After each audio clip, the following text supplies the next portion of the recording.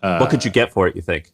I would not be interested in having any conversations for, less than, on the order of like what you got, like The Hustle or Morning Brew or, stuff like that.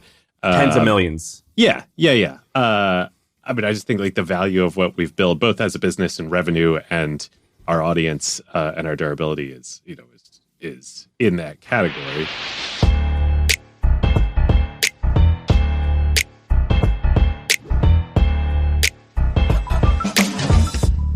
All right, what's up? We got a crossover episode. Call me Tim Hardaway. We got the guys from Acquired. Yeah, you like that. You like that on the fly. That's good. That's on good. The fly, baby.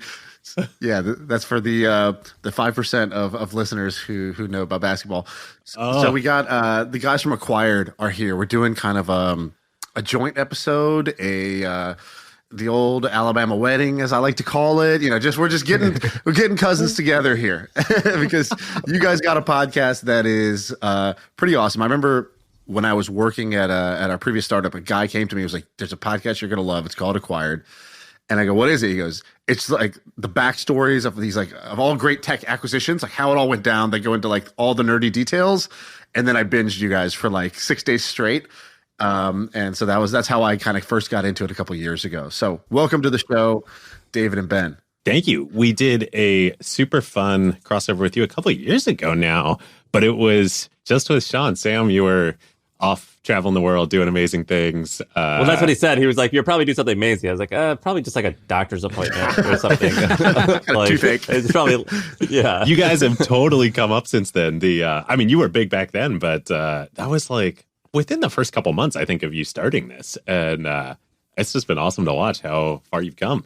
That was kind of even though it was year 4 or 5 for us, that was kind of our early days too. Because Shaan, you're right, that we were mostly about acquisitions at that point, and we talked about the Bebo acquisition as part of the episode. And now we do these like 3-4 hour entire history and strategy of a company, regardless of whether there was a transaction. But that feels like I don't know. The funny thing about exponential growth is it feels like a lifetime ago all the time. I always think about that, like when you pick a niche and then you kind of are going to run out, but the niche can get you somewhere. So for example, I was thinking about this with CoffeeZilla, the YouTube guy who exposes people's scams.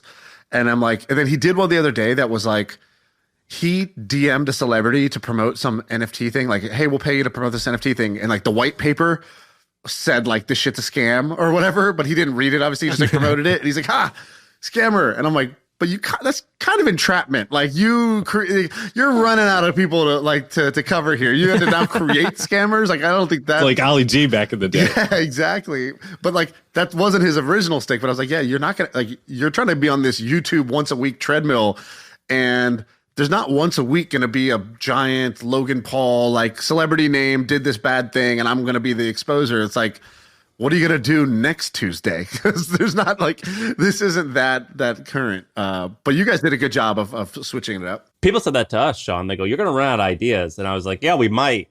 But then it just kind of like morphed into like us saying a lot of like, it's like people are, when someone yesterday was like, "What's your podcast about?" I was like, well, the name's pretty bad. And it's definitely a lot about business, but we also make a lot of horrible jokes too. So people kind of like it for that reason.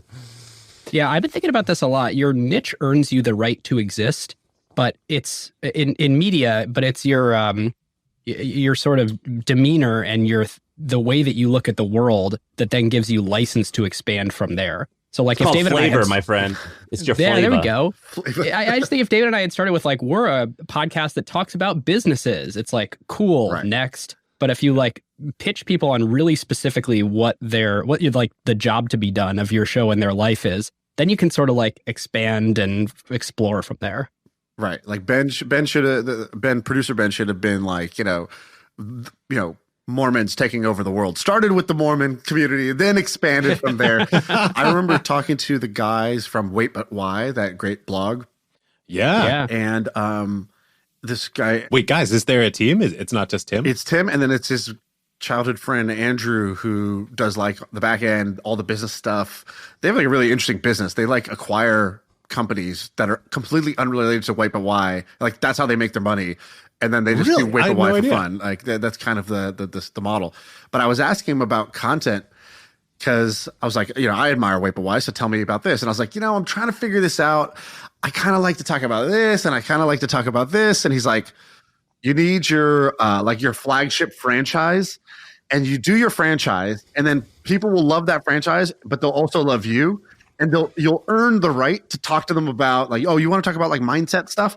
Cool. But unless you think mindset is the right place to start, earn the trust on the business side, and then say, by the way, here's my mindset stuff. And then you'll get some percentage of people to cross over, and then a new audience there too. You just keep launching new franchises after that. Love it. It's so true. It's also like you guys, you started several years after us, but like, I think you still Is that true? When did you guys start? 3 years ago? September of 2019, I think, or July. Wow. You guys are later than I thought. Yeah, we were 2015. But even in 2019, like it was still kind of early-ish enough days in podcasting that like the medium was, the mainstream portion of podcasting medium was still early enough that people were looking for new stuff. Right. And like that, I think, has changed now in a pretty big way. The way that it started was basically like I was in Austin or somewhere. I was living in San Francisco at the time, and Shaan texted me, and he was like, hey, I have an idea for a podcast. Here's the pilot. Do you guys does Hustle want to be the publisher? And I listened to it, and I just listened to the intro, and I was like, yep, we're in. Let's just air this exact one next week, and we'll start. By the way, that was a little bit of a fib. I basically told you, I was like, hey, why don't you do podcasts? And Sam was like, I got to hire somebody to do it. I don't know. We just focused on this email thing. I was like, well, I got a podcast. I'm going to do a podcast. Will you be the publisher? He's like, and I was like, I knew that to seal the deal, I needed to send him a file, but I hadn't recorded yet. So I go, I already did the first episode. You want to like take a listen to it? And then I like just ghosted him on Messenger for 24 hours so I could go record the episode. Then came back and was like, oh, my bad. Here's the file. So there really wasn't an episode when I first messaged you, but I was like, I got the vibe that if this is good, if I get like a good first 35 seconds, this is done. And so that's what I went and did. Yeah. And we were like, we're in. And then he did it his way. It was called My First Million because it was like first million users, revenue, whatever. And it was great. It was great as it was. But like there was one time like 3 months in where a guest didn't show up. And he was like, I booked the space. Do you just want to come and like talk? And I was like, I guess. And we did that. And then it kind of like did well. But like the first episode he did by himself, it got 65,000 downloads. And we were like, dude, podcasting's easy. This is going to be awesome. And then over the next 12 months, it basically went down to like as low as like maybe 10 or 15,000. And then since then, it's basically just been a slow grind. Now we're anywhere from 100 to 200,000 per episode if you include the YouTube. Our YouTube is pretty weak. It's like 20 to 50,000, 20 to 100,000. And then the RSS feed, which is like iTunes and all that stuff, that's maybe 100 or something like that. Where are you guys at? Because like no one talks about this stuff. Like whenever you Google, I remember we were Googling like, how do we get to 100,000 downloads? But everyone out there was like, here's how you get your first 1,000, first 10,000. I was like, okay, but like, how do we get bigger? Right. We're almost the exact same scale with a very different journey. I mean, every journey is unique on this stuff. So our episodes get about 200,000 downloads, listens, whatever you want to call it. Which is interesting because Spotify has become so much more of the market now per episode. But unlike you guys, we do like one episode a month, 1 to 2 episodes a month, and they're really, really long. So we have, with a few exceptions that we can talk about, we've never had like kind of big spike viral, breakout moments. It's been a 8-year journey from like 0 up to that. We don't really have spikes. Like there's spiky stuff, but it's not like a true like virality moment. And interesting. And you guys, so one thing that's interesting about content and media is everybody measures the number. Nobody measures the quality because the quality is way harder to understand. Yeah. But clearly there's a difference between 200,000 people listening to an episode of Acquired versus 200,000 views on a TikTok. Okay, we get that because it's kind of short versus long. But even if it was a podcast about sports versus a podcast about business acquisitions, the type of people that are going to listen to your thing are just inherently more valuable. Have you guys thought about that, seen that? Do you guys feel the benefits? I mean, that is the whole business. Not that we started or do this for the business side, although it's become a great business. That is the whole business side. And also on the content side too, like we started doing this for us to learn. And then we were like, well, who, would also want to learn from the, people like us. And that's kind of who we make it for. Like, so we struggle with YouTube, with TikTok, with Twitter. Like, we're not good on any of those other platforms, even though we do atomize content and do it now, because like it's just not kind of how we designed the show. And to ground it, 40% of acquired listeners are C-level or VP level executives. 23% are currently founders, 12% were previously founders. And if you break down by job, 17% are engineers, 15% are actively CEOs today, and 12% are product managers. Right. And so, like, the whole business for us, and to David's point, it didn't start as a business, but where we are today is like, I don't really want millions of listeners. I want Acquired to like kind of slow its growth, but saturate the niche that we're in, because I think it's the most valuable audience in the world. Right. And I don't know exactly what that leads to, but like all the conversations David and I get to have with our listeners because of who they are like super fascinating. Well, what will it lead to? So like, you can probably make a great living off of just the advertising, but I'm looking at your site. You don't sell anything. What's it going to lead to? Well, we do have merch. Well, that hoodie you're wearing right now is pretty dope. Is that merch? This is Marques's hoodie. Yeah. Which David Immel, who's on Marques's team, is become a good friend and is an Acquired listener, and he hooked me up with this. This hoodie rocks. Yeah, I sent a picture to our merch person. I screenshotted, and I had that moment where I was like, that thing where you're on a Zoom call. I don't know if you guys do this, but you screenshot and it's like makes the really loud ass sound of like a screenshot has been taken, and then you got to like address it like it was a fart during the call. I was really worried that when I it's like, hey, how come you were doing that thing on every slide of my deck? Right. This is total digression, and we'll come back to it, but. Fourth Wall makes so Marques is an investor in Fourth Wall. Walker Williams, the founder, he was the founder of Teespring. Awesome guy. We've gotten to know him. We're talking to them now. I think. About merch. Yeah, they are great, and they made this fully custom for Marques, and it's the best. Marques being what's his name? Brownlee? Is that his name? MKBHD. Yeah. You said his YouTube. First name like he's Oprah. Like, I was like, who's this guy talking about? Oh, it's that guy. Well, he has like 20 million YouTube subscribers. I mean, I just know him as like the guy who reviews tech, but he also like has interviewed Tesla, Elon, and all these like great guys. I mean, he's cool. Unless they've come on this podcast, I don't know them. This podcast makes you or breaks you in my mind. He's also, the craziest thing is like, as if it wasn't enough to operate this like pretty large scale TV production studio at this point as a YouTuber. He's also like one of the best ultimate Frisbee players in the world. Oh, really? Yeah, he's a professional ultimate Frisbee player as well. I can see that. That's a very obvious crossover. Do you so like when we'll just talk real insider baseball for a second and then we'll move on, but with podcasting, a lot of people ask us how to start it and stuff like that, and I'm like, I don't know how to grow it. It's quite challenging.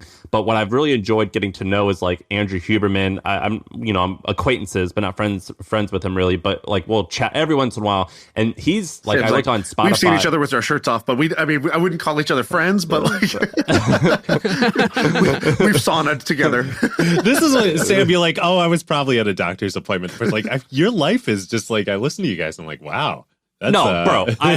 He was on our pod, so like I know him like an hour plus like 5 text messages exchanged. So like that's the extent that I know him.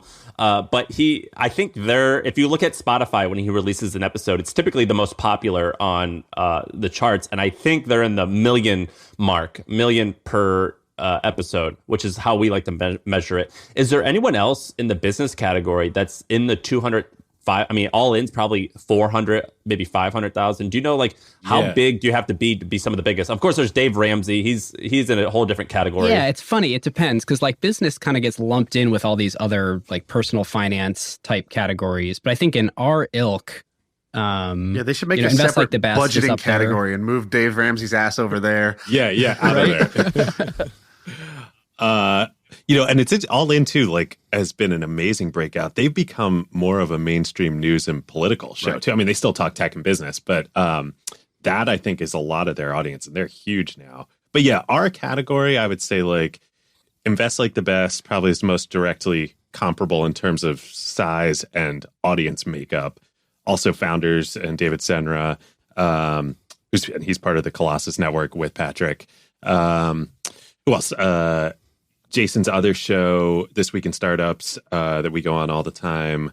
Logan Bartlett has a much smaller audience because he's much newer, but like A+ guests, and really, I mean, I think he's got the most valuable niche of niche in terms of the people who listen to his show. Why? Because they're VCs? It's like Silicon Valley insiders, for lack of a better. I mean, it's VCs, it's founders, but I think like his interviews, I always feel like he pulls out most valuable. Jeez, small boy stuff right there. Sam, let me ask you a different question that I've actually never asked.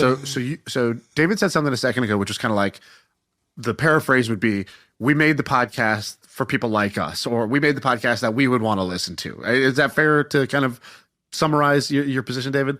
100%. And I feel like that with this podcast. I started the Milk Road that way, but it quickly transformed into like crypto news, which is actually not what I actually, people know this, I've said this, I don't read or consume the news. So it's really funny that we made a news like thing and got it big and then sold it. But like, truthfully, it didn't end up becoming the thing that like, I made this for me, for people like me out there. Sam, do you subscribe to that? Like, I guess like in theory, you could say the best thing to do is to scratch your own itch, to build the product you want, make it for people like you. Then you're not guessing. But then in practice, sometimes, the mass market is not where you're at and you go for that. So Sam, what's your take on that? I think it started, MFM started that way, and it is mostly that way. Every once in a while, Shaan, we'll be like, we need more views. Let's like get this guest. And sometimes we give into it. Sometimes we don't. The hustle started out because I liked the news. And then about 2 years in, I was like, I don't care about the news anymore, but this is my job, so I'm going to keep doing it. I listen to zero business podcasts now. I basically only listen to like crime and fiction and things like that. And so I don't listen to business podcasts anymore, but I think this podcast has mostly stayed of just like, what do I want to do? What does Shaan want to do? What do we want to talk about? It's mostly stayed that way. But we do like have to fight. Like I was messaging Shaan like this last night, and I was like, dude, we need to be stricter about our guests, because we've had like a bunch of people like who asked to come on, and we're like, yeah, they're huge. And then I'm like, wait, I don't give a shit about this person. I wouldn't want to have if this person invited me over for dinner, I wouldn't be excited. And so we definitely have to fight that. I would assume, we're realizing that it's the case for us, although it's different because we tell stories. But for you guys, the reason your audience is here is for you, right? Like, it's not for your guests, right? Yeah, I think sometimes though the guests, I basically told Sam, I said there's three or four types of guests. Here's the four that I think exist. There's the people that are like us, and they're just bringing a different like flavor, new, fresh ideas. So like, for example, when you guys first came on, you got the shtick. You knew what we do on this podcast. I remember you guys came with a bunch of business ideas. You're like, oh, this Airbnb Wi-Fi network that's like, Oh my God, you remember even the idea. Yeah. As soon as I saw your face, that idea came back to me, right? I got like some people have photographic memory. I have an idea memory. I can remember any idea. So that was like, you guys got the shtick. So you came on, you brought ideas, which is great because the audience loves that. Steph Smith is a great example of this. She comes on, she brings ideas. People like her, even though she's not the big name, famous CEO of X. She does an amazing job. So that's like number one. Number two is basically like, they are the big name. So it's somebody who a bunch of people are going to click on and might bring new audience. It's like you're legit famous in some way. Yeah. You had Pomp on recently. Yeah. Well, how he would be 3, which is internet famous. Oh. There's like legit famous. It's like, they've kind of like outside like Paris Hilton or something. Yeah. Like they don't have a podcast, or they don't have a newsletter. They don't have like an internet community. They're just like famous. Then there's your internet famous. And the last one is personal, like we want to nerd out with them, and so that would be like Ariel Hawani. Yeah, we had Ariel Hawani on. Like, I don't know how much of our audience cared about that, but I cared. I wanted to have that conversation. And we've had, Sam was like, oh, this guy Ken Rideout is awesome. He's like this 50-year-old like marathon record breaker guy. Like, I just want to talk to him, and it's like, great, let's do that. So it's kind of like we are going to be so into the conversation, and we are sure that this person is interesting to us. It'll be interesting to some portion of the audience, and so it's like, to us, those are the four. And I think the one you get tripped up on the most is just the legit famous person, because they don't actually listen to the pod.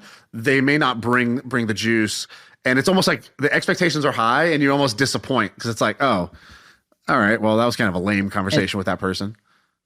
And they don't have any of their own distribution. The nice thing about internet famous is at least they can help distribute the content. Right. But regular famous people, it's like unless they're getting put in People magazine or cast in the latest movie, they actually have no way to reach an audience directly. Yeah. You know who does that for us is Dharmesh, the founder of HubSpot. Every time he comes on, his episodes get really popular, and he is popular, and his content is great. And also, he always does some internet marketing stuff where he kills it. He kills it for us every time. That's the best kind of guest that'll come on and promote. Right. And he pays the bills too. So he's the sponsor, yeah, right. He's the guest, he drives the growth, he does it all. Dharmesh, come on acquired. The crazy thing we noticed about guests recently, just looking at our analytics, and the two things, and both of them are true 100% of the time without fail. One, every single time we set a new episode record, it is an episode that is like just David and I doing Nintendo, LVMH, Berkshire Hathaway, like our canonical 3-hour format. And two, every single time we have a guest on, it is less listened to than our previous episode. Yeah. Interesting. Right. Just last question is, how do you guys prepare for that? Do you just like both read the same book and take notes and then just tell a story? We mostly read different stuff, but we've kind of architected. I mean, this is our differentiation as a show, which is so anti all the rules of podcasting, but I think is what makes us special. Is we have carved out that like we can take a month in our lives and do, it's kind of like if you were writing a term paper in college. Like we can do the research independently, each of us, on a company, on a topic.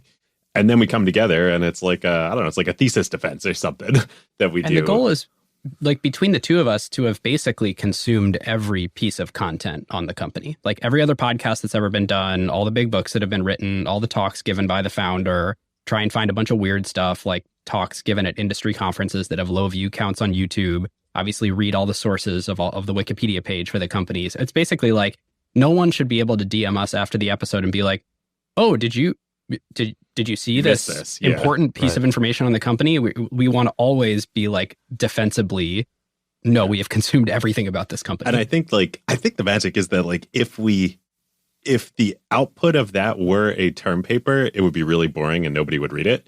But because the output of that is Ben and I as really good friends, like talking about it, like that kind of makes it magical. The phrase we've been noodling on is conversational audiobooks. Oh, that's cool. To describe what it is. Are there any odd commonalities that you've seen amongst like the savages that you've done stories on? So, for example, Ben Wilson has, he does How to Take Over the World, and it's historical figures. And he's like, it's weird. John Rockefeller, Edison, and Napoleon, a bunch of these other people, they ate really lightly. Like they didn't eat a ton of food because they said that when they overate, they felt brain fog and for a bunch of different reasons. Are there any strange commonalities that you've found amongst like these conquerors of the world? Well, we talk more about companies than we do about people. Like Ben and David Center over at Founders, or companies, or companies. I mean, it's the classic like being contrarian and right, and you have to be both contrarian and right. But the people that we're studying and the companies that we're studying are such extreme outliers. Like they're forced standard deviations from the mean in terms of like how did a company do, and so they're sort of like an N of one. Like there's one TSMC in the world. There's one LVMH who owns all the most valuable luxury brands except Hermes. And it sort of happens in a unique way every time. And so I guess the biggest takeaway for me is like, it usually is the founder doing something that like literally everybody else had left for dead.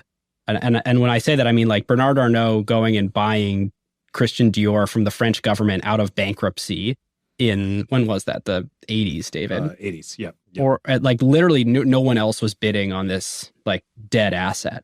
Or the example for starting TSMC is like 0 other people thought that you should be starting a foundry when you have no chip IP to make other people's chip designs. Like there were zero other people that thought that was going to be successful. One. Like there is no formula. Every story is unique, but a big category is like something that has been left for dead. For like sometimes it's inventing something new whole cloth, but like really big category is like, oh, this thing is over and done with. David, Nintendo. Like Nintendo, the Google. Video game crash of 1983, like the market for video games in the United States went from $3 billion to $100 million over the course of 2 years. Everybody was running screaming from the industry and they thought, oh, video games were a fad and it's over. And then you have Nintendo that comes in, launches the NES, and then within 5 years has 95% market share and has grown the industry back to a $3 billion industry. It's these like nut job bets. Has that like given you guys any confidence to succeed, do you think? Like, because Shaan and I talk to all these awesome people, and like we'll talk to there are a handful of people, and I said this a bunch. There's a handful of people who we talk to and we say, oh, you're definitely like significantly smarter than we are. Or you're significant, you have this part that's more significant than us. And then there's other people who we'll talk to that are worth hundreds of millions or billions of dollars. And it's like, well, you're not like 20 times smarter than us, even though you're 20 times richer, but like you might be a little bit or sometimes a little bit less. And that's given us confidence, at least me for sure, because I'm like, oh, you definitely are insecure. You question yourself, you doubt yourself, but you still went through with it. It's a good question. Like, I know how to be contrarian. I'm not sure I know how to be right yet. Like, we're halfway there, baby. Yeah, exactly. Like, I we know how to make. Everyone tells you should make short podcasts that release every single week, and you should have guests on to help build your audience. And we do basically none of those things. And everything that has worked for us is doing the exact opposite of those. And so, does that mean keep doing the opposite of every piece of advice everyone gives you because that's the path to success? I don't think so. But if we overfit to the data that we've observed so far, that is what it would look like. Right. And so I'm hesitant to like keep being contrarian for the sense of being contrarian. But I think the important part that comes with this is like having a iterative feedback loop with your customers, or in our case with our listeners, to understand like what makes you love this and how do we lean harder into that and sort of shut out general advice and pay more attention to like the things our customers are expressing. By the way, I've picked up a little poker tell on people who on how do you tell a real contrarian versus a wannabe contrarian? This is a tell I picked up over time, which is in the tech world, I think because of Peter Thiel, there's this like kind of like real sex appeal to fetishization to be contrarian. Sure. And if you put it in your Twitter bio, you're probably not it. Yeah, exactly. Same with polymath. Yeah, polymath's another one of them. As being or visionary, as me and Sam have joked about, like, or like if you're an engineer being like slightly on the spectrum, it's like, oh yeah, that's another indicator of success. It's like, here we go. The one that is, I think, a tell when it comes to being contrarian is how excited are you that you have this contrarian idea, because that shows people who are contrarian for the sake of being contrarian, meaning like they're really excited to tell you how they think everybody else thinks A, but it's actually B. Whereas the real people I've seen that are contrarian, they just see A, and they're almost like, I'm confused why people don't think A. A is clearly right. They don't spend time trying to like convince the whole world of it. Like, if they're asked, they tell the truth. And then when people react in a big way, like, oh man, I can't believe you think that. And they're like, I can't believe you don't think that. It just seems like the truth to them. And so that's what I've noticed is like, if you watch old videos of like, Peter Thiel talking, or like, I think Balaji is somebody who's like this today. They're happy to explain their point of view. And they explain it like, this is just what's going to happen, or this is what I believe to be true. But they don't get high on the idea of being a contrarian. It's a subtle difference. There's a bunch of people I've met in real life that I've noticed this on. It's hard to explain, but you'll see next time you kind of run into somebody who's over eager and over excited about the fact that they have this contrarian opinion. They're kind of just performing socially versus they actually believe that. It reminds me a lot of, it's like we all know this guy or girl who likes the idea of a relationship more than they like their current relationship. Right. And they're very excited to like have this particular lifestyle, and you can sort of tell you're into that new lifestyle you have more than the person you're actually with. Right. So right. Did you want a boyfriend or did you want Ben? Right. Like, who did you actually want here? Yeah. Let me tell a story. It's interesting though. Like, go ahead. I was just gonna tell one on the thing, Sam, you talked about, like, what are the interesting success patterns? It reminded me of an experience I had a while back. I went to China when I was maybe 21 years old and got to go to the Alibaba. Like, Alibaba flew out a bunch of entrepreneurs to go, like, meet with, it was supposed to be Jack Ma, but we ended up meeting with this guy, David Wei, who's like Jack Ma's right-hand man. He was the guy who was running Alibaba at the time. And I didn't even know what Alibaba was. Like, Alibaba was a big deal. Like, now I would have taken that really seriously. I had no idea who they were at the time. And we get there and somebody asked him this question. They raise their hand. They go, what do you think is the most important things for success? For the success of a company? Alibaba is a multi-billion-dollar company. What made it successful? And he goes, models for success are misleading. They cannot be copied due to the, like, unique combination of luck, timing, all these other things. But he goes, but what you can ask me is a better question, which is, what are the common keys to failure? And he goes, they're always the same. Mm-hmm. And he goes, we study the things that lead to failure and just tried to avoid those. So he goes, I leaned in. I was like, please blow my mind, sir. Go ahead. Yeah. And he's like, he goes, there's 3 things that lead to failure: money, plans, and technology. He goes, so our plan was no money, no plans, no technology. And I go, what? and like, this is crazy because, like, a tech company worth like $40 billion. Like, what are you talking about? And he goes, all right, here we go. Money makes people stupid.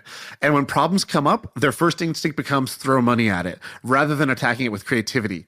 So basically, way back when Google was like dominating with AdWords. And so the people at Alibaba were like, we need to make our version of AdWords.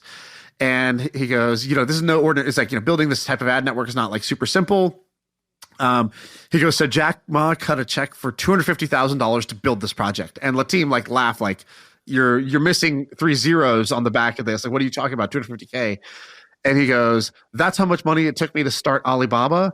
I had less than that starting the whole company. So if you need more than that for a feature, we're doing it wrong. And they're like, well, how are we supposed to do this? He goes, do exactly what I did with Alibaba. He's like, so he moved 19 people into his apartment where he had started Alibaba. He's like, that's your office. Right. Yep. You're going to work there. He's like, you need servers to run the ad servers? Cool, go find some. Like, go get some used junk servers and, like, re-rig them, get them, refurbish them, and make them work. And they go, but there's no redundancy. He goes, if you're building where you need redundancy, like, we've done this wrong, right? Like, this is, you need to build this so that it works without redundancy first. And so he did that. That was the no money. Then he's like, no technology. He's like, everybody wants to call us a tech company. No, we are a service company. We're here to serve our users. If you don't think of yourself like you're in the service industry, you're in the wrong industry. And then his last one was plan. And it's like, all right, well, dude, how'd you do this? Like, why no plans? Why are plans bad? He goes, well, you guys are 50 young entrepreneurs who got flown out here to do this. I assume in America, you guys have done something good. Otherwise, why would we have picked you? He goes, how many of you are doing what you initially planned to do? And, like, nobody's hand went up. And he was like, exactly. And he goes, plans are fine, but they always change. That's the only thing we know about plans. The mission never wavers. Sometimes you'll need a plan to get others to believe. But remember, you should not believe that plan. You should follow your gut and adapt constantly to the circumstances. Don't follow the plan you wrote when you started. Follow your mission, follow your vision, follow the why. If you do that, you will be successful. And I was like, damn. Dude, did you write all this down? Yeah, like, you read notes? So many years ago, after that event, I tried to write a book in like 2 weeks, and I wrote half of it. And so this was one of my chapters in that book. And I just found the PDF on my computer when you were talking about that. Oh, that's awesome. That's hilarious. That's amazing that you did that, because that was years ago. What a great story. It's so applicable. I love that that's applicable to Alibaba just as much as, like, I'm thinking about you guys and us and, like, how we started the conversation. Like, yeah, we had no money. I guess we had technology in that, like, podcasting and the internet is inherent leverage. But none of us were like, we're building a tech company or we're building a product. No. It was like, no, it's like, we're just making something. And we had no plan. Like, it's funny. Like, we see a lot, I'm sure you guys do too. People come to us like, oh, how do I start a podcast? How do I start a successful podcast? We see, like, big companies come, the, like, offline celebrities that want to start podcasts. And it's like, they come with money, technology, and a plan, and are like, That's not how it's gonna work. It's gonna suck. Well, you guys probably Like, see this with your episodes. Like, how many of them started doing what they're doing? Like, I don't know. I haven't listened to all the recent ones, but like, I don't know. Was Nintendo what we think of Nintendo today, or did it? my start God. Nintendo was making. Wait, real quick. Do either of you know the origin story of Nintendo? Or have a guess at how old Nintendo is? I think it's really. I remember reading it once. I don't remember off the top of my head, but it was. Is it like Sony where they were like selling rice or something, and then now they're who they are? It's even better. Yeah, It's a 130-year-old company.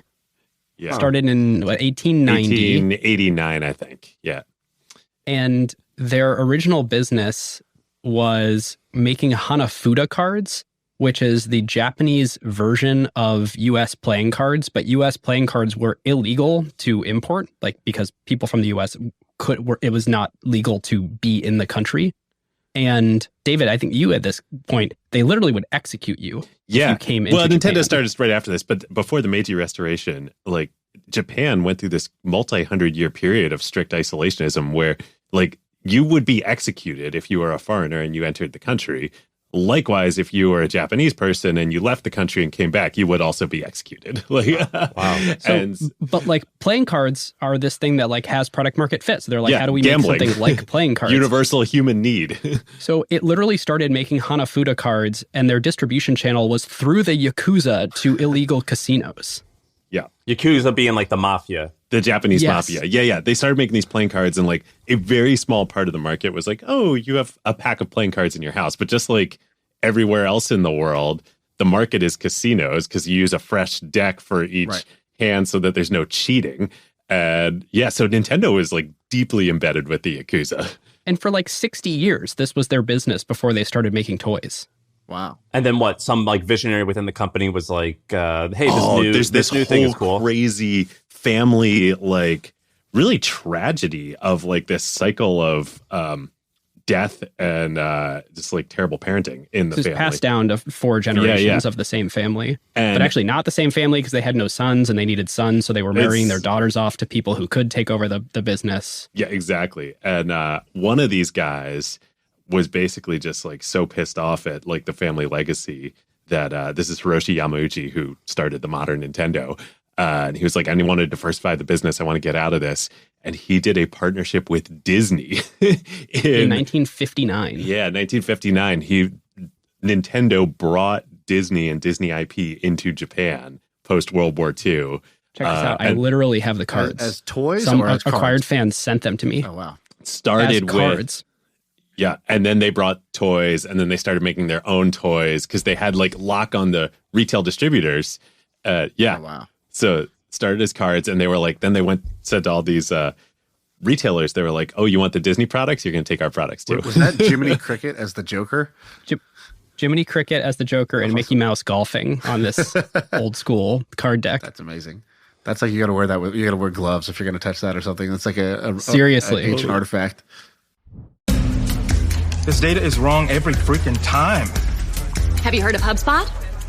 HubSpot is a CRM platform where everything is fully integrated. Whoa, I can see the client's whole history, calls, support tickets, emails, and here's a task from 3 days ago I totally missed. HubSpot. Grow better.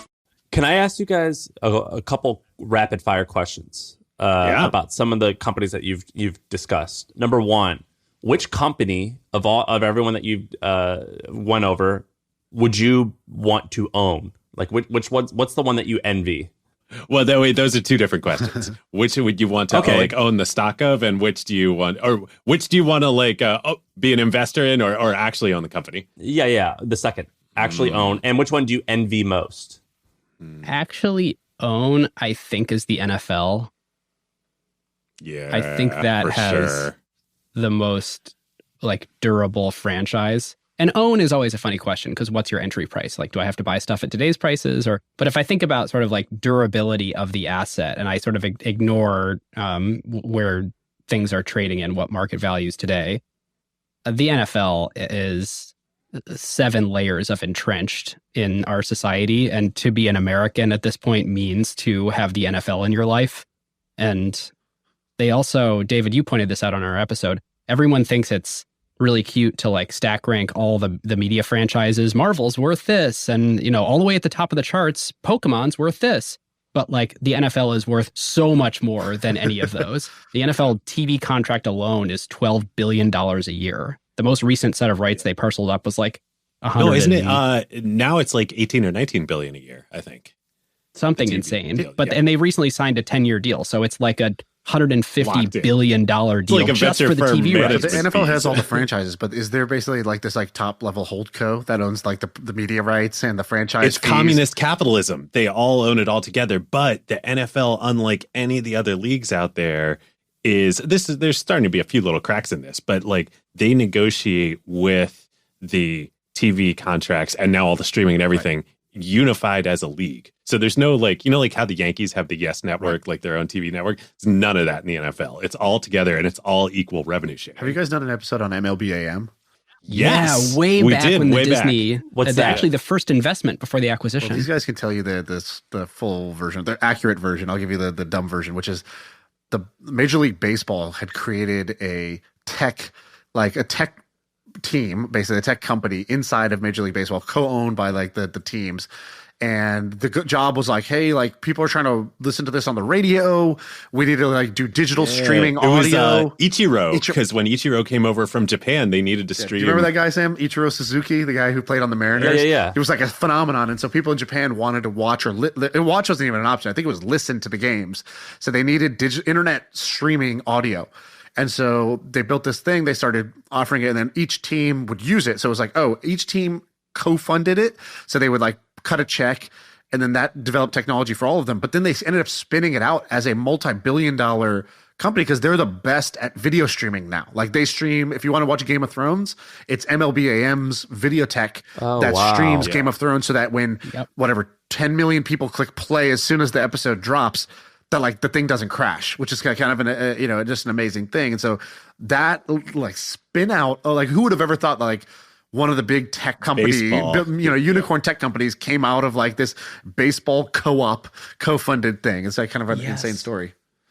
And it was in like 2004 or something that they started working on it. They had a 5-year head start on having the insight that this infrastructure was going to be important over Netflix.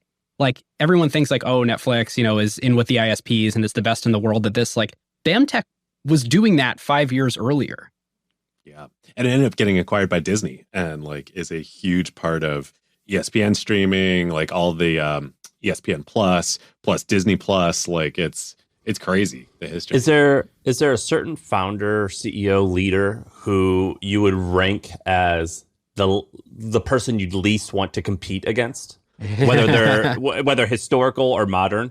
Here's another way of phrasing that I heard that like there was somebody who signed with the NFL draft and there was like 4 QBs that were competing and they're like, well, this guy's got good arm, this guy's good at running, this guy's a great leader, blah, blah, blah. And then this guy asked this question that I loved. He goes, let's say they all went on vacation and they rented a car and they're walking out to the Jeep.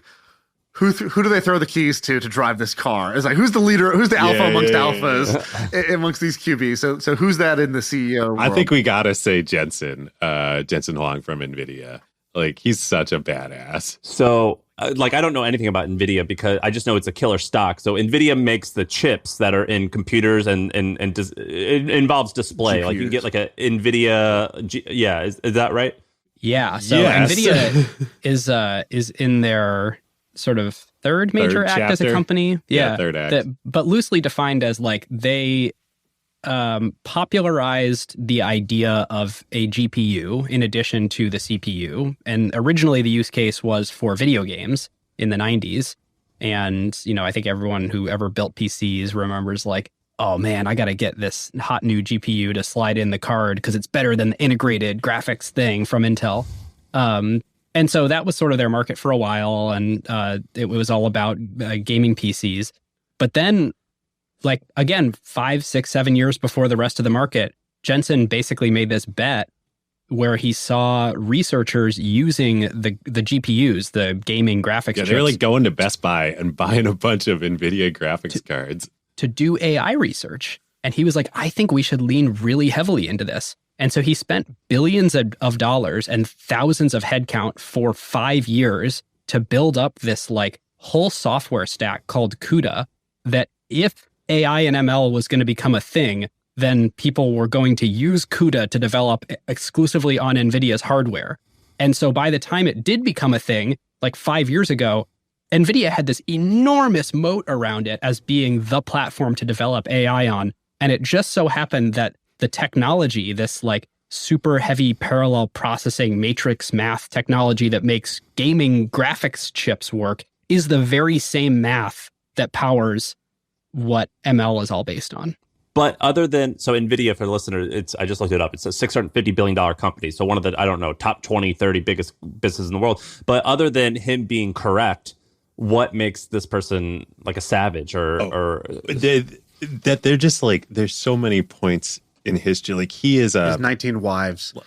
Let me, no, he actually, like, he's a total family man. He's been married to the same person he met in college. They have 2 kids. Like he's, but like he's got a giant tattoo of the company's logo on his shoulder.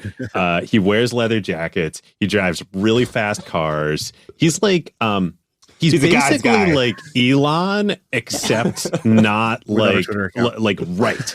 Like and he's Elon except kindness. right and like leads with kindness. And but like they're like in each phase of the company, the absolute rational thing to do was like basically shut it down and like, you know, like talk about being left for dead. Like this company was left for dead multiple times, and he's built like just single-handedly, this dude created the AI revolution that we are in today. Like NVIDIA and CUDA is essentially like, you can think about it as like the Android plus iOS of AI.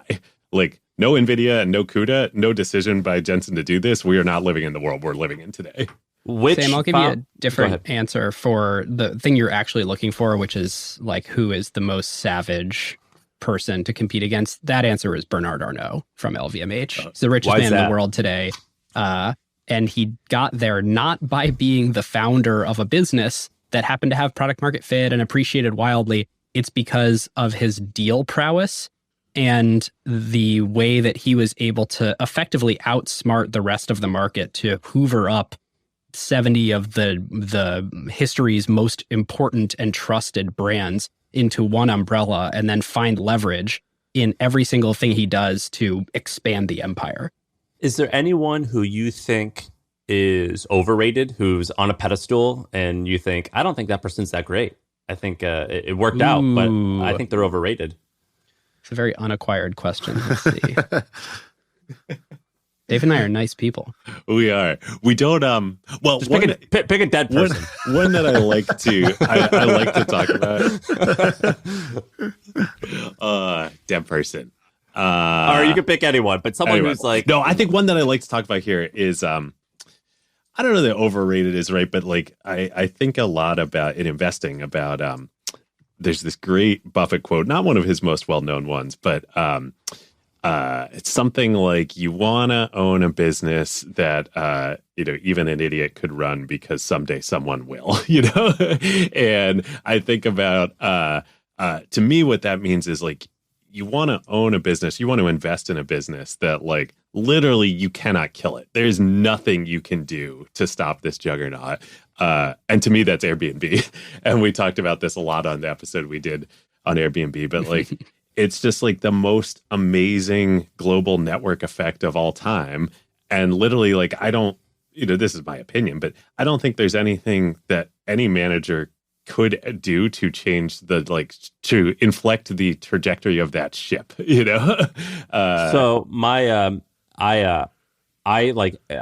a long story. I don't feel like telling it, but I had a job at Airbnb when I was like 22, and I dropped out of school and moved out. And then I got denied, whatever.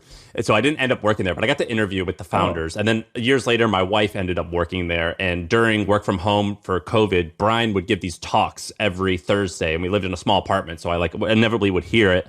I think that I agree with you. It's once you have a marketplace that's working, it's hard to screw it up. eBay is doing a good job though. But if it works, like it's a great thing. It's quite durable. But I would listen to Brian Chesky give these 30-minute like Thursday talks. That guy is bad to the bone. I read a little bit. I read the Walt Disney biography, and he reminded me exactly of him. He is I think someone said there's a difference between a missionary and a mercenary. Mercenaries are hired guns who are ruthless, but missionaries, they really care about what they're doing. I sense that with him. That guy, I think, is a bit killer. I think that he's people think of him as this nice guy, of which I think he is. I think he's way more of a killer than people give him credit for, and he's very wise. That he's a really good leader. But that's cool. I like Airbnb, and I think it's cool that I agree that it probably would be hard to kill. And last question: which person who you covered would kick your ass physically, and you'd least want to have a physical confrontation with? I mean, actually, Jensen. Yeah. You think so? Well, he's getting pumps up there iron. in age, but like, yeah, no, he lifts. He's just like such a character. Ooh. Well, I mean, we're coming right off of Nintendo, but like, Hiroshi Yamauchi back in the day, not because he was physically intimidating, but like literally like that. The man was in bed with the Yakuza. Like, you know, I got you it. do Doug not Leone. cross him. Oh, Doug Leone, would yeah, kick for sure. Like Dave and I walked in to interview Doug Leone. It's a great story. And Doug Leone is the founder of Sequoia. Yeah, not the founder, longtime but managing partner. Yeah, got it. A head honcho at one point of one of the best venture capital firms ever. Through Google and the true heyday of Sequoia, which or you could argue that was recently, but amazing era of Sequoia. And so we a lot of times like with guests, we'll get to like spend some time beforehand and get to know them and go out to dinner afterwards and build real relationship. And we like email or text, and you guys know the drill. And so with Doug, we didn't communicate with him at all beforehand. It was all with some other lovely people at Sequoia. And we walk in and we set up, and someone walks in the room and then they go, "Okay, are you ready?" And we were like, "Yep." And they were like, "Great, we'll go get Doug." Doug walks in. He sits down. He says, "Hello. Are we starting?" And we were like, yeah. So we hit record and we finished. Like, so we did the whole episode. Make me laugh. We finished, go. right. We finished recording and Doug goes, Doug just goes, "Great. Thank you so much." And he gets up and leaves the room. So every word that I've ever spoken with Doug Leone, except for like 2 or 3, is on the record in the episode that you can listen to in our podcast feed. And later, his EA did come in and say, "Hey, Doug wanted to know if you guys had any feedback. He's always looking to get better." And sort of like came in and chatted with us. But I was like, wow, that is aggressive. Doug wanted to say thank you. But he doesn't waste breath. So I'll say the assistants just punched you in the arm and gave you a raspberry and said, "That's from Doug." He also had, he has, I think, still to this day, the best quote on Acquired that was not uttered by Ben or me quoting somebody else from history, but the best live quote on Acquired. He was talking about after the .com crash when Sequoia was like kind of made this vow that no LP would lose money. Like they wouldn't take a mulligan fund. They would like work the portfolio companies. Fees. They didn't take salaries. Make sure that they have positive returns. And he said, he's like, Mike Moritz and I linked arms, or it wasn't, I think it was linked arms. He said, Mike Moritz and I decided that like we would stand there and we wouldn't flinch and you could burn cigarettes on our arms and we would like, we wouldn't take a mulligan on these funds. We're like, damn. He also has kind of an accent, right? Like he's doesn't he have like he's got this Italian New York vibe. Yeah, that's cool. Well, are there any more of these like tough guys or tough women like that are out there now? I mean, when I hear that, I always think like, oh, that was a different generation. Do they make him like Doug Leone nowadays? Yeah, you like, gotta Elon's like hide tough it now. Yeah. Well, Elon's tough, but it. he ain't like tough. Like Travis Kalanick, I think Frank was Slootman pretty... is still like this. Yeah. And he's You're right. It's allowed a to dying be, breed, though. Like the we CEO need of more of Snowflake, these. right? It's like, yeah. Frank, my badge is not working to get into the office. You still got teeth, don't you? He's like, that's like when you read that guy's book, you're like, all right, yeah, this would be a pretty hardcore boss to work under. Yeah. It's totally a lost art though. Like, I don't think they make them like that anymore, unfortunately. Yeah. That's crazy. Before we go, do you guys have any half-baked business ideas you wanted to share with the My First Million audience? Because that's what they love.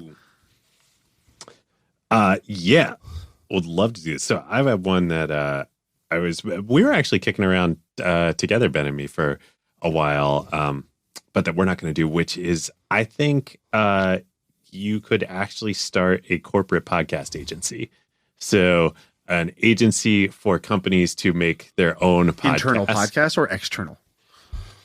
Either one. And my thesis on this is that for companies, there's tremendous value to having a podcast, even if nobody listens. If people listen, like upside. But even if basically, you should just assume no one will listen because we have there's so many great options. Why would I listen to a company's podcast? Right. But it is an excuse to have relationship building conversations with customers and prospects. Sales and biz dev, basically. Yeah, and exactly. It's sales enablement. Like once you have a conversation, you have it recorded, you publish it publicly. Even if there's no organic audience, you can still link to that and you can send it to customers as like a lead nurturing thing of, oh, somebody else was in this position too, and they talked about why our product made their life better. Right. Yeah, like what do Salesforce should have its own podcast. Yeah. What do they charge for that? What do people charge for that? I know Ben Wilson used to work at is it mission.org, Ben, or no, it was Caspian Studios, and I think they do that and for like did this Snowflake. idea, right? Like, does this idea work or not really? What's the verdict on this one? Yes, it works. Yes, the customers are extremely price insensitive, so it's good. The margins are super high. We actually, like, combining the two things we just talked about, we made Snowflake's podcast, and Frank Slootman was on it all the time. Oh, yeah. Perfect. So it's a really good business. The one bad thing about it that's coming into effect right now is when recessions hit, it's the first thing to go, right? It's just like the margins are super good when times are good, but then when times are not good. They email you being like, hey, can you send me the last 30-day downloads numbers? And you're like, delete the whole podcast, get rid of it. They're asking the question. It is exactly like that, yes.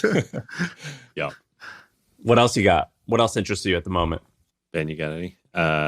Or at least what deals are you seeing? Because you guys are investing. Are there any interesting deals that you're seeing or categories that you're seeing that you really like that don't start with the word AI? I mean, actually, no. Like, and I think that is correct. Like, I am one of these people that believes that saying AI, we invest in AI is a little bit of a silly thing these days because it's the same thing as 20 years ago saying we invest in software as a VC. It's like, yeah, no shit. Like, I think it's just going to be so quickly ubiquitous that, like, if companies aren't using AI in some capacity, you're starting to get a little bit like, what's a cool AI use case or company that you've seen and invested in or want to invest in, whatever? Well, and by the way, I think Shaan met with James Currier recently, and I think it was James on Twitter, or maybe Shaan, you told us, you go, I've been pitched by 200 AI companies in the last quarter, and I've invested in none because they're all weak or something like that. I didn't. So I haven't. It's interesting. I haven't invested in any either. I haven't invested. Lots of companies I've invested in have added AI stuff to their products, but I haven't invested in some like net new AI company. In part because I don't think AI is going to be the differentiation, and I don't think it's going to be defensible for the vast majority of companies. I think the value is going to come from, and the moat is going to come from the same thing that always creates value and moats, which is like network effects with your customers, or like a data moat where someone's already fully locked into your thing, and so they don't want to migrate because that would suck, and they have processes around using your thing. And so I sort of like, I believe that an enormous amount of the value from AI will accrue to these foundational models, but you actually do have to be using the foundational models in your thing in order to be like table stakes in the next few years, because everybody's going to expect all software to just behave magically. Right. Do you think, and this will be the last question for me, do you think that there's a world where you're going to sell, acquired, or do one of these Spotify deals or anything like that? Ooh. Have you been approached? Good question. Yes, but not in like a not recently, and not in a way that, like, not since we've become a real business. What could you get for it, you think? Like, Quibi Call Her Daddy, I think. Quibi tried to give him $5 million, what they said now. God, Quibi. Oh, wow. I mean, we would say no to that. For sure. We would for sure say no to that. I don't, like, if we could talk about, like, I don't, I would not be interested in having any conversations for, less than, on the order of, like, what you got, like The Hustle or Morning Brew or, stuff like that. Tens of millions. Yeah. I mean, I just think like the value of what we've built, both as a business and revenue, and our audience and our durability is in that category. I think it's very much an open question. Like, it's gotten so much bigger than we ever imagined. How much farther can it go? Right. I'm curious how you guys think about this too. Would we trust our own underwriting more than an acquirer's underwriting? Because what has happened for us is it has doubled every single year for 8 years, basically no matter what we do. Like, we can't make it grow faster or slower than that. We've got idiots running the business here, and it still doubles. Right. Yeah. It's cash generative. Well, have you guys built any businesses off the back of it? So that's yes. You think it'd glow, David? No, I'm thinking kindergarten. So I have a fund on AngelList. I manage about $30 million of capital on AngelList between 2 funds and 4 or 5 SPVs.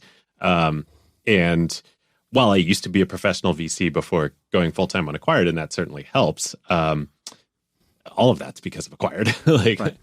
And do you, so you did that, you did that fund. Anything else that you guys have done that you've launched off the back of it? Because what we found was that a podcast, like you said, it's very hard to make it grow faster than its kind of like natural word of mouth, virality, interest, and like kind of the TAM of that market. Like the Andrew Hubermans are rare. Normally it's a grind. Yeah. Yep. And even him, I don't think he could make it grow much faster or slower. Just like good execution is obviously the only thing you control, but like a lot of people can do good execution and their growth rate will be, somewhat linear. It's not going to like get much fat. The slope doesn't change that much. Do you, but the thing that I think what we found was that you could build businesses off the back of this audience, whether it's a fund or other products or services that can be more valuable than the ad revenue of the business of the podcast itself. Do you guys do that or think about that? Like Shaan mentioned a company and they're like, "Oh, we just did $1 million in revenue." So, and it's like, "Oh, well." Yeah, like I gave a company a plug that I invested in. I was like, "Hey, I use it for this reason." Blah blah. It was like an ad basically, but it wasn't meant to be an ad. I was just explaining how I use this thing, and they booked $1 million of ARR off of that, which was like pretty crazy. Yeah. So that happens to us all the time, which is why all of our sponsor deals are these like 6-figure, very meaningful, and long-term. We do these 6-month sponsorships. And most of our sponsors are now, 3, 4, 5 seasons in. Like, it works. And so the question is the right mode for us to operate in, keep doing these big, deep sponsorship deals with companies for cash?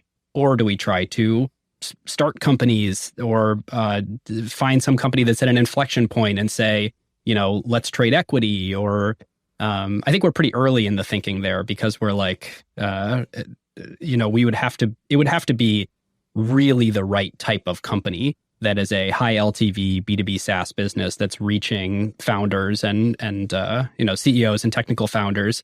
And that would have to be the audience. Like, I don't think we're going to launch an energy drink brand and have that kind of pencil. But I don't know. We're open to the possibility.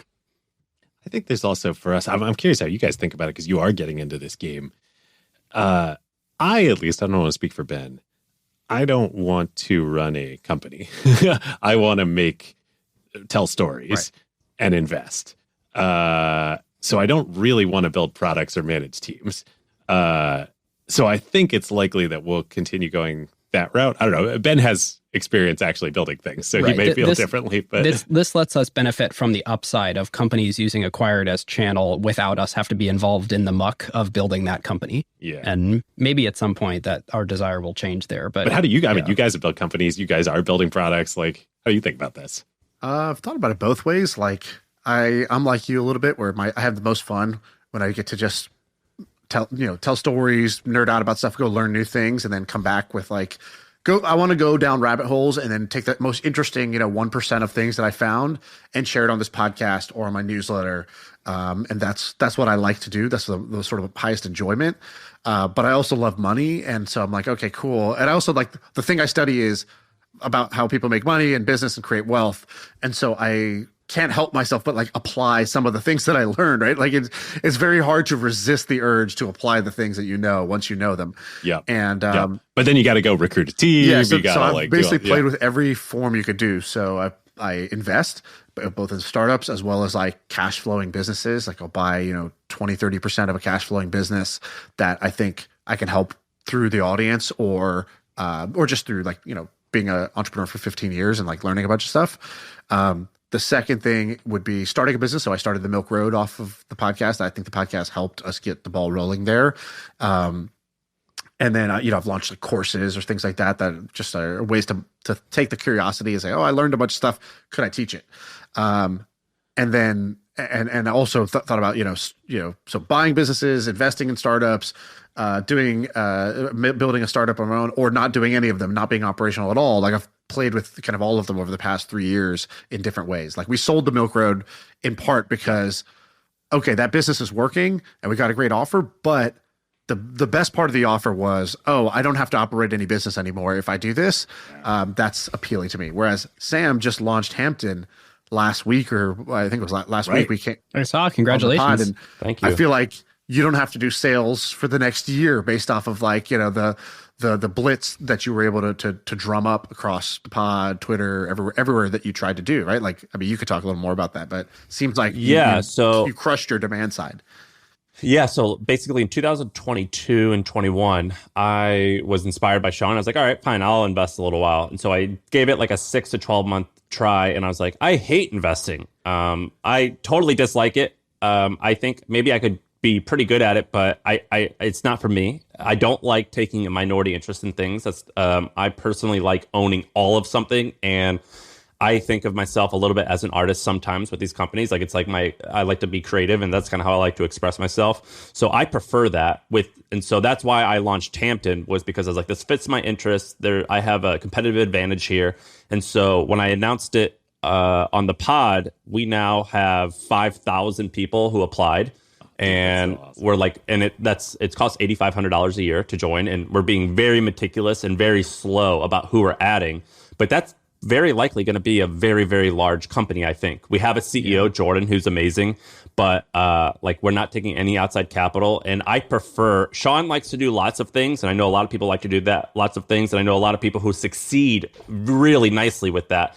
Me personally, I prefer focus and just doing one thing at a time, because my brain, it's really challenging for me to jump from thing to thing like an investor needs to. And so I prefer like spending 5-10 years on something. And so I intend to start a company, maybe another one in a handful of years, I'm not sure, rather than investing. I actually think that Shaan's way of like doing cash flow businesses and owning a portion of them, that's actually the easier way, I think, to make wealth. I just don't find enjoyment on it. I'm a dopamine fiend, and like seeing sales come in and like making decisions, I get like, it's my alcohol. I like getting drunk off of that. How do you think about the business of the pod of My First Million? So the podcast is owned by HubSpot, and we get paid strictly a performance fee. And so when it kicks ass, which it has, we get paid good money, as if we have had advertisers. Yeah. And so, but HubSpot's been great. Like not one time have they ever censored us or said, "Hey, you made a bad joke. Don't say that." And so it's been pretty good. There's definitely, I wouldn't say complicated, but it's a new relationship that we're definitely trying to figure out of like what to do, because frankly, HubSpot's an awesome partner, but at the same time, if Shaan and I bounce, they don't have shit. Right. And so I think we're both sides of that are trying to understand what we can do and how far we can push things, and we're definitely still figuring that out. You have some, and there probably are potentially more monetization options for the pod, right? Like how does that revenue get split up? Like YouTube ads. Today we just don't. We turned off YouTube ads. We can't, like, if somebody wants to sponsor it, we don't, right? So, like, we leave a lot of money on the table in that regard, but you get other benefits, right? So you got to, like, kind of weigh those out over time and be like, so, yeah, like, the benefits that we have are basically we don't do any of the work. So we record, and then it goes on the internet. Right. That's a pro and a con, because if we don't like how it's done, then it's like, shit, we don't like that, let's fix it. But as long as it's working well, it's awesome. We get paid without having to have any expenses. But then the flip side is shit, we have all this advertiser interest and we know it works really well. Let's take more deals. And so I think there's a world where we do actually come to a compromise and we have more ads, but that's like it's a conversation. Yeah.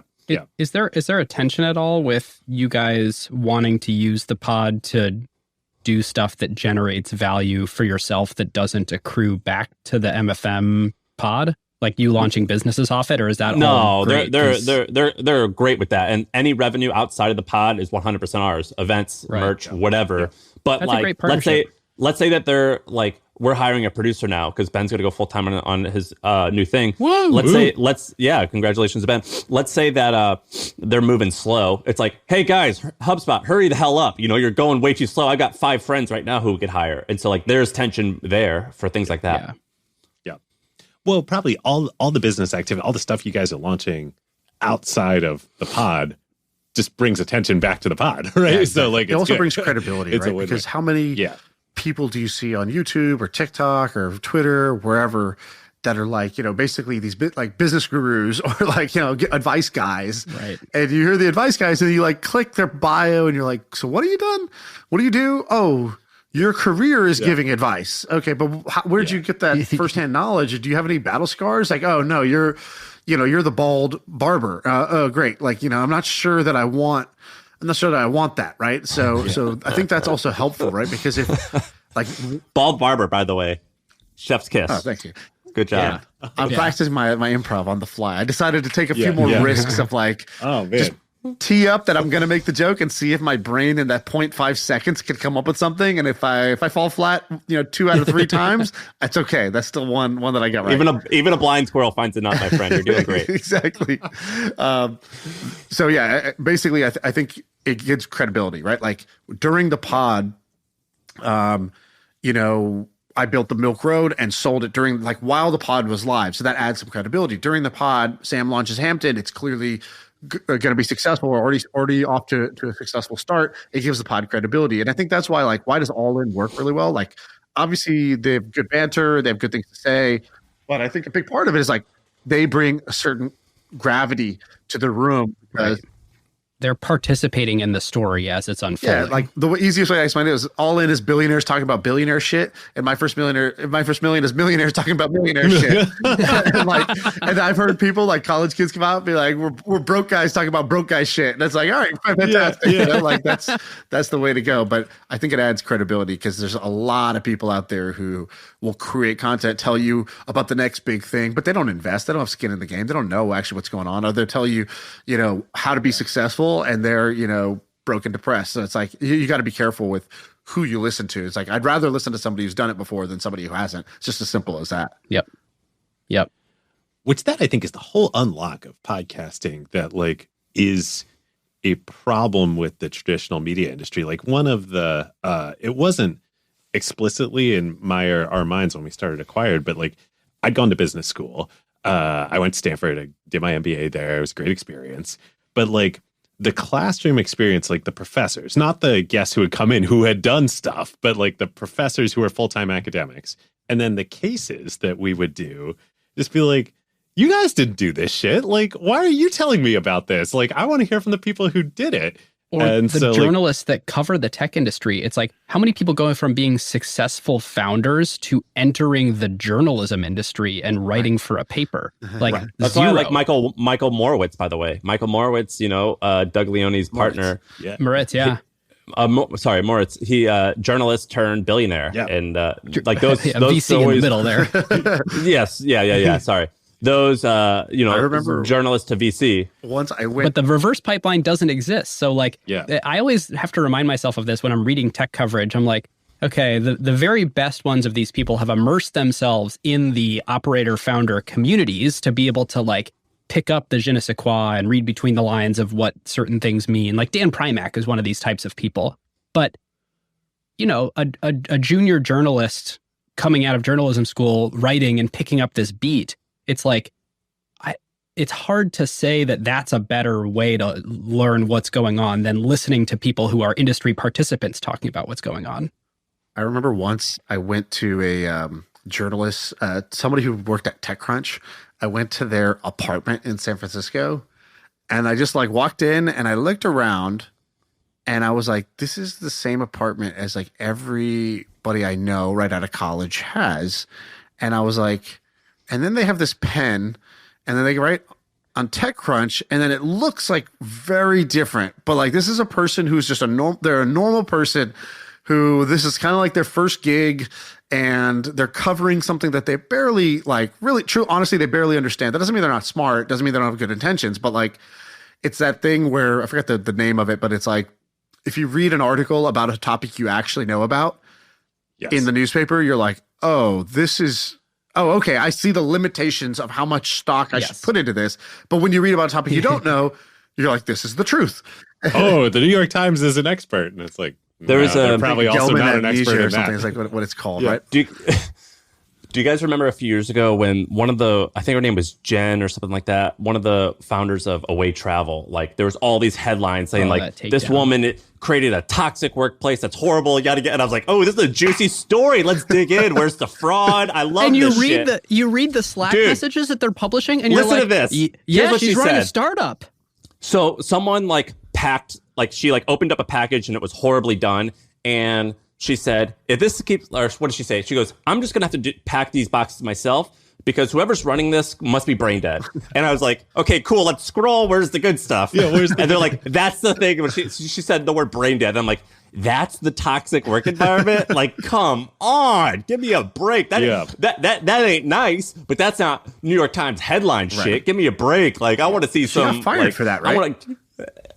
Something like that. She bounced because of that. I'm like, that's it wasn't She Jen. said It was dead? the other woman. I forget what her name was. But like, I read that article. I'm like, there's no fraud. Like, she didn't, like, there's no alcohol involved. What's going on? Give me something good. I want cocaine and hookers. I don't want brain dead. Yeah. You know what I'm saying? At least like, this is why there's so much value to like what you guys are doing, that you're building businesses and talking about them, that like we're investing. Ben's a full-time VC. I used to be like, we know what's going on in a way that if you're just a journalist, like you can't. It's structurally impossible. Well, podcasts actually have more people from the field that come in and do it because a podcast is easier. Yeah. You're talking, you're not writing. There's no barrier. You don't have to like edit and like, make a cool fancy TikTok thing. You don't have to like layer in filters and stuff. It's just, you sit down and you talk. That's why you see like Reid Hoffman will do a podcast. The straight up audio medium? Yeah, just like straight audio.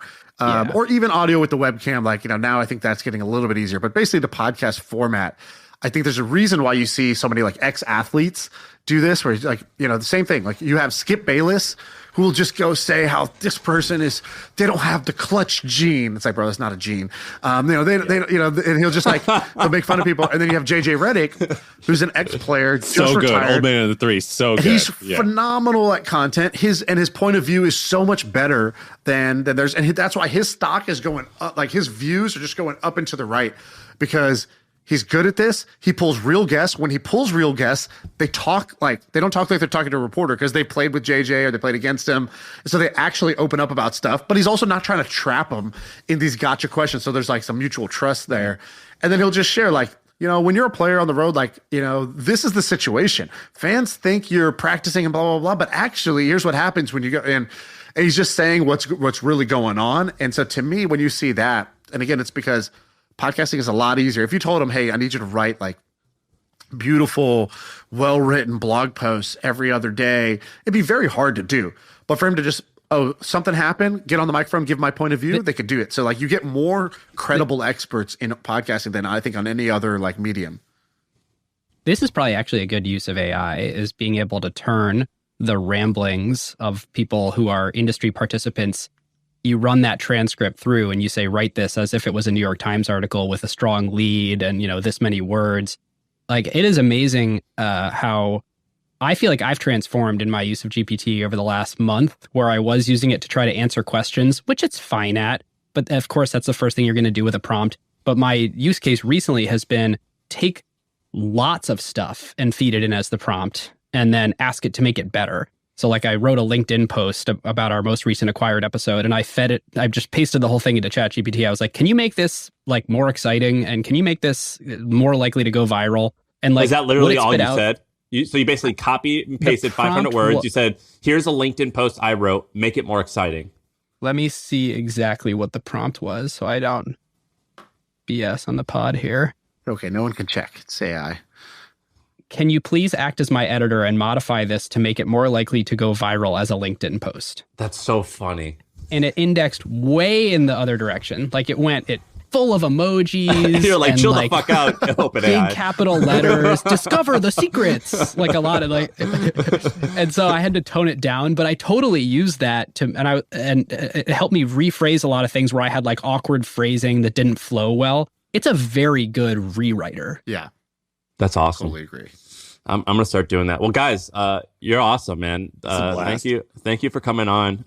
If you're listening to our pod, go check out Acquired. If you're listening on Acquired, do as we call it. Should we teach them the gentleman's agreement, Sam? Yeah. Go ahead. With the ladies' understanding, right? I feel like the gentleman's agreement and the ladies' understanding has become like, in wrestling, when The Rock would take the microphone, he'd raise the people's eyebrow, and he's going to hit them with like the expected thing, but for some reason you get excited just to hear him say it. Sam, you want to hear it again? That's how I feel now with this is your catchphrase. Go ahead. This is the gentleman's agreement. And so basically the way it works is, look, you're going to 7-Eleven, you're going to go buy gas, whatever you are. And at the top, when you're about to pay, you see a little jar and it's for muscle dystrophy. And there's all that money in there. And of course, you don't take that money. You leave a dollar there. No one's going to stop you, by the way, if you took that money. And that's basically what this podcast is. This podcast is free. Us four, we just dedicated hours of our day to do this, but unlike every other podcast, this one's not free. Just like that jar, you got to leave $1, meaning you got to go and subscribe to Acquired's podcast on Spotify as well as iTunes, and do the same with My First Million on our YouTube page. And you click subscribe. It's called the Gentleman's Agreement because we're not there. All right, we're just shaking our hands. Ladies, what is it called? The ladies' understanding, the gentleman's agreement. Yep. We're not there to help you guys out. It's just honesty. So everyone's doing it. Don't be left out. You have to do this. That's our agreement. We create the content. You click subscribe. I love it. You guys are innovative. And there's real value. Like it's not, for our audience, if you go and subscribe to My First Million, you're going to get smarter. You're going to get more ideas. Like this benefits you. So it's not, you're not just pulling money out of your wallet here. You're doing something that's going to make your life more fun. And that's the gentleman's agreement, and that's the ladies' understanding. David, you want to take us home? What were you saying? Oh, I was going to ask, I could keep jamming with you guys for another hour. I was going to ask, you said Spotify. Do you like, where do you like people to subscribe? Spotify, YouTube? You guys are all over the internet. Well, you said earlier that Spotify is your main thing. So once we started doing the gentleman's agreement, our YouTube channel went through the roof. So we went from like 150,000 subscribers to close to 200 in like a month or 8 weeks or something like that. Sam, we should do a every pod giveaway of YouTube Premium to someone in the comments. So go to our YouTube, go to this episode on YouTube and just type in Premium, and we will pick somebody. We will pay for your YouTube Premium so that you can listen to this pod ad free in the background. You can lock your phone and walk around, and you can enjoy that sweet $14.99 a month that we're going to be paying for you for the year. So 1 year of YouTube Premium in every episode. Call it now. Oh, I love it. That is I'm brilliant. setting a reminder to go comment because I am a YouTube Premium subscriber, but I want you guys to foot the bill. Yeah. Well, thanks for doing this, guys. We appreciate you, and we'll have you back on. And thank you for everything. Likewise. See you guys. Catch you guys next time.